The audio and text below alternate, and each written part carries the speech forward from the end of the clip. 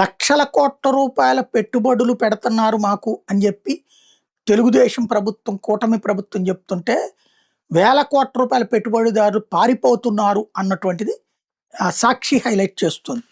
ఇందులో 2024లో హిందుస్థాన్ కోకోకోలా కంపెనీకి భూములు కేటాయిస్తూ జారీ చేసిన జీవోని వాళ్లే భూములు వద్దన్నారట. అలాగే హిందుస్థాన్ కోకోకోలా అడిగిన మేరకు కేటాయించిన భూములు రద్దు చేస్తూ ఇచ్చిన జీవోని ప్రొజెక్ట్ చేసింది. వడ్డీ లేకుండా కేటాయించిన భూములు సైతం వద్దని ఆజాద్ ఇండియా చెప్పడంతో వెనక్కి తీసుకుంటూ ఇచ్చిన జీవో. జిప్రా కంపెనీ వద్దన్నందుకు భూ కేటాయింపులు రద్దు చేస్తూ ఇచ్చిన జీవో. జూపిటర్ వద్దనడంతో కేటాయించిన భూములు వెనక్కి తీసుకొచ్చిన జీవోని జీవో కాపీలతో సహా ప్రొజెక్ట్ చేసుకొచ్చింది. ఇందులో ప్రధానంగా ప్రొజెక్ట్ చేస్తుందండి శ్రీకాకుళం జిల్లాలో టీడీపీ ఎమ్మెల్యే ఎచ్చెర్ల ఈశ్వరరావు బృందం యునైటెడ్ బ్రూవరీస్ కంపెనీ యాజమాన్యాన్ని ఒక్కో లారీకి 1000 చొప్పున నెలకు సుమారు 1,50,00,000 కోట్లు కప్పం కట్టాలని డిమాండ్ చేస్తారు. అనకాపల్లి జిల్లాలో యలమంచిలి ఎమ్మెల్యే సుందరపు విజయ్ కుమార్ మామూలు ఇవ్వాలని బెదిరింపులకు దిగడంతో కోకోకోలా ఫ్యాక్టరీ ప్రతినిధులు నేరుగా కేంద్రానికి సీఎం చంద్రబాబు ఫిర్యాదు చేశారు. పల్నాడు జిల్లాలో సిమెంట్ కంపెనీలు మామూలు వాటాలు ఇవ్వాలంటూ స్థానిక ఎమ్మెల్యేలు ముడిసరుకు రవాణా, సిమెంట్ సరఫరాను అడ్డుకోవడంతో చెట్టినాడు సిమెంట్, భవ్య సిమెంట్ ఉత్పత్తి నిలిపేసి యూనిట్లకు తాళాలు వేసి వెళ్ళిపోయాయి. దీంతో వేలాది మంది కార్మికులు రోడ్డును పడ్డారు. రాయలసీమ థర్మల్ పవర్ ప్లాంట్ నుంచి వచ్చే బూడిదను తరలించే విషయంలో టీడీపీకి చెందిన జేసీ ప్రభాకర్ రెడ్డి, బీజేపీ ఎమ్మెల్యే ఆదినారాయణ రెడ్డి బహిరంగ బాహాబాహికి దిగిన సంగతి తెలిసిందే. ఆర్టీపీఎస్ బూడిద తరలింపు కాంట్రాక్ట్ తమకే కావాలంటే తమకు కావాలంటే కొట్టుకోవడంతో ఈ పంచాయతీ చివరికి సీఎం చంద్రబాబు వద్దకు చేరింది. నంద్యాల జిల్లాకు చెందిన మంత్రి సిమెంట్ కంపెనీలకు ఎర్రమట్టి సరఫరా మీద అదే పార్టీకి చెందిన నాయకుడితో గొడవకు దిగారు. దీంతో ఇండియా సిమెంట్స్ బూడిద మట్టి సరఫరా కోసం తీవ్ర ఇబ్బందులు ఎదుర్కొంది. చివరికి బీజేపీకి చెందిన ఎంపీ అదే పార్టీకి చెందిన ఎమ్మెల్యేపై ఎస్పీకి ఫిర్యాదు చేశారంటే పరిస్థితులు ఎంత దిగజారాయో అర్థం చేసుకోవచ్చు.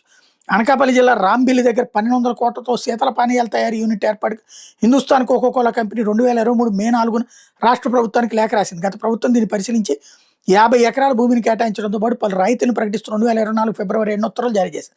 టీడీపీ కూటమి సర్కారం అధికారంలోకి వచ్చిన అనంతరం కూటమి నేతల కప్పాల వసూలకు జంకిన కోకోకోలా పెట్టుబడుల ప్రతిపాదన ఉపసంహరించుకుని తెలంగాణకు తరలిపోయింది. తమకు కేటాయించిన భూములు వెనక్కి ఇచ్చేస్తామని, తమ కంపెనీ పేట భూ సమీకరణ చేయొద్దని మొరపెట్టుకుని కోకోకోలా కంపెనీకి లేఖ రాసింది. 2026 ఫిబ్రవరి 20 కోకోకోలాకి భూ కేటాయింపులు రద్దు చేస్తూ పరిశ్రమల కార్యదర్శి యువరాజ్ ఉత్తర్వులు జారీ చేశారు. బాబు సర్కార్ అధికారం చేపట్టిన తర్వాత 2024 నవంబర్ 19 పెట్టుబడుల ప్రోత్సాహక మండలి తొలి సమావేశం జరిగింది. 85 కోట్ల పెట్టుబడులకు ఆమోదం తెలిపి 85,000 కోట్ల పెట్టుబడులకు ఆమోదం తెలిపి వీటిలో ఒక ఎల్ఈజీ ఎలక్ట్రానిక్స్ మినహా మరే ప్రాజెక్ట్ ఇంతవరకు పట్టాలెక్కకపోగా ఆమోదం పొందిన ప్రతిపాదనలు సైతం వెనక్కి వెళ్ళిపోతున్నాయి. శ్రీ సత్యసాయి జిల్లా గుడిపల్లి వద్ద ఆజాద్ మొబిలీ ఇండియా లిమిటెడ్ 70.71 ఎకరాల్లో 3 దశల్లో ఎలక్ట్రిక్ 3-వీలర్ ట్రక్కులు, బస్సులు, బ్యాటరీ ప్యాక్లు, గ్రీన్ ప్రాజెక్ట్ ఏర్పాటు చేయడానికి ముందుకు వచ్చింది.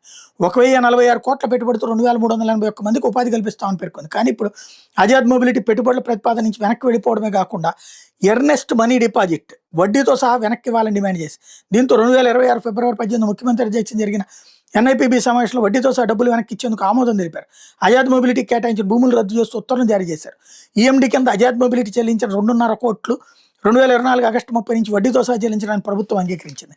ఇక రాష్ట్రంలో 1,150 కోట్లతో 155 mm ఆర్టిలరీ గన్స్ ఉపయోగించే ట్రైమాడ్యులర్ చార్ట్ సిస్టమ్తో పాటు ట్రిపుల్ ట్రేటెస్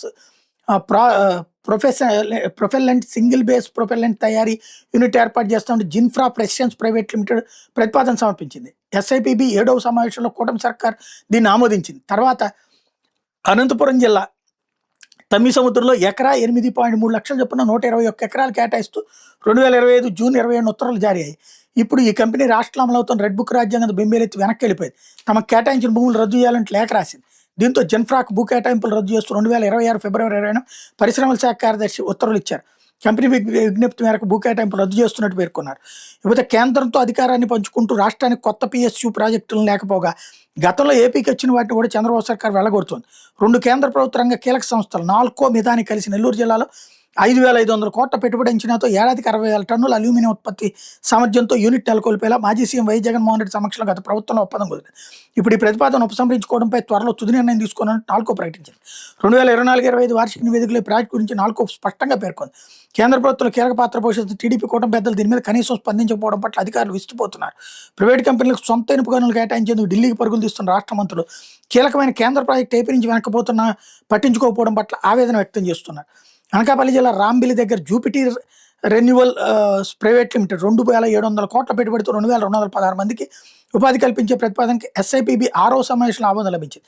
4.8 గిగావాట్ల సామర్థ్యంతో సోలార్ పీవీ సెల్, 1.5 గిగావాట్ల సామర్థ్యం సోలార్ మాడ్యూల్స్ మ్యానుఫ్యాక్చరింగ్ యూనిట్ ఏర్పాటు 142 ఎకరాలు కేటాయిస్తూ 2025 మే 23 యూఎంఎస్ నెంబర్ 85 జారీ అయింది. అది ఈ గవర్నమెంట్ వచ్చాకనే. ఎకరం కేవలం 50 లక్షలు చొప్పున రాయితీ ధరకు భూమిని కేటాయించారు. కానీ ఏడాది తిరగకుండా నా భూములు తమకు వద్దని రూపాయి కూడా చెల్లించేది లేని జూపిటర్ కొండ బద్దలు కొట్టింది. తమ పేరు మీద భూ కేటాయింపులు రద్దు చేయాలని కోరింది. దీంతో జూపిటర్ కేటాయించిన 142 ఎకరాలు రద్దు చేస్తూ ఫిబ్రవరి 27న రాష్ట్ర ప్రభుత్వం మరో జీవో జారీ చేసింది. ఇది ఇప్పుడు ఎందుకు జరుగుతోంది? ఇది ప్రభుత్వం స్పష్టత ఇవ్వాల్సి ఉంది.